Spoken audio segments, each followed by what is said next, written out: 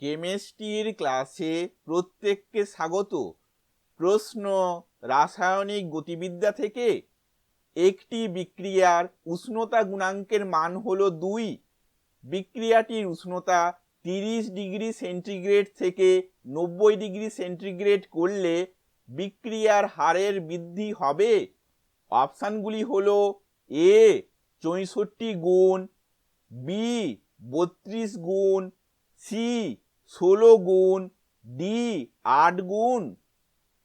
উত্তরটি হলো এ 64 গুণ। এই উত্তরের ব্যাখ্যাটি আমরা পরের স্লাইডে দেখব।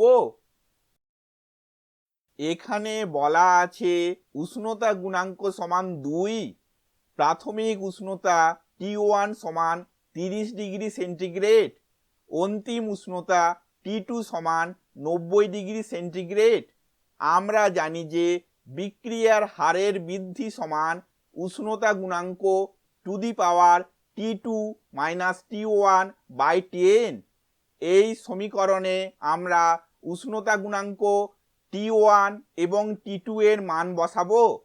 অতএব 2 এটি হলো উষ্ণতা গুণাঙ্কের মান টু দি পাওয়ার 90, এটি হলো T2 এর মান, মাইনাস 30 এটি হলো T1 এর মান বাই 10 সমান 2 টু দি পাওয়ার 6 সমান 64।